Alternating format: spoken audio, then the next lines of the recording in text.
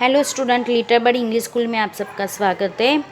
काव्य पहलू आराधना, जिसके कवि है वसंत बापट, जिनका जन्म हुआ है 1922 और निधन हुआ है 2002। वसंत बापट विषे अपने कुछ माहिती प्राप्त करते। श्री वसंत बापट ख्यातनाम कवि है। उनका जन्म महाराष्ट्र के सतारा जिले के कराड नामक गांव में हुआ था। पुणे उनकी कर्मभूमि है। राष्ट्र सेवा दल में वो अग्रणी रहे हैं। वो प्राध्यापक भी थे। ये जो आराधना काव्य है उसके बारे में अपने थोड़े टूंकान में माहिती प्राप्त करते हैं। इस कविता में कहा गया है कि मानवता और बंधुता के प्रति प्रेम ही सच्ची पूजा है। मनुष्य के वापसी भेदभाव प्राप्त हो, लोगों में लोभ और बैर भाव न रहे, सब एक दूसरे से प्रेम करें, सब में सहयोग की भावना हो, लोग एक दूसरे का दुख महसूस करें। इस प्रकार इस कविता में कवि ने सत्य, शिव, सुंदर और विश्व बंधुत्व की भावना व्यक्त की है। पहला, देव मंदिर चित्त मंदिर एक ही है प्रार्थना, सत्य सुंदर मांगल्य की नित्य हो आराधना।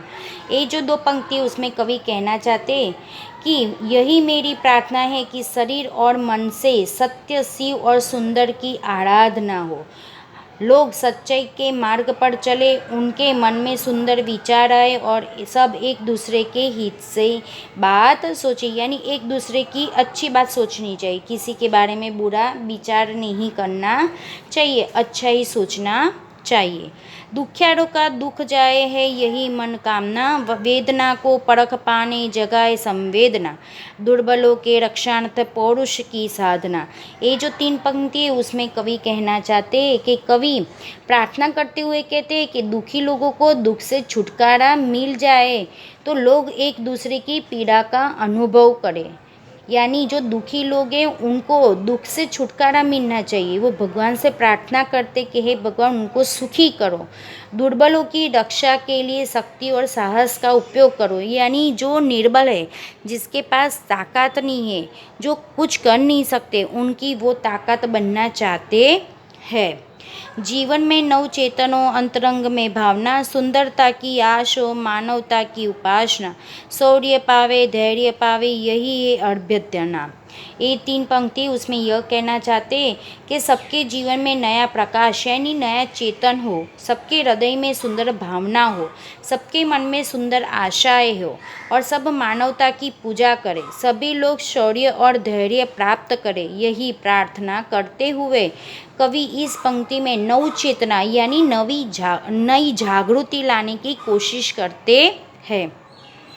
वेद सभी अस्त होवे वैर और वासना, मानवों की एकता की पूर्ण हो कल्पना, मुक्त हम चाहे एक ही बंधुता की कामना। ये जो तीन पंक्ति है उसमें कवि कहना चाहते कि कवि की इच्छा है कि मनुष्य के बीच के सारे भेदभाव समाप्त हो जाए, किसी से दुश्मनी न हो, लोगों की बुरी इच्छाएं नष्ट हो।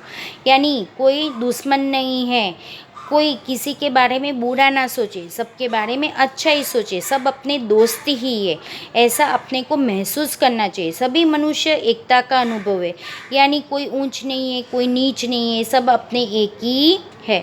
हम स्वतंत्रता और बंधुता की कामना करते रहते हैं। यानी स्वतंत्रता यानी भारत देश में जैसे स्वतंत्रता मिली है, वैसे अपने भी अपने ख्यालों में और नई चेतना के साथ अपने को जीना चाहिए।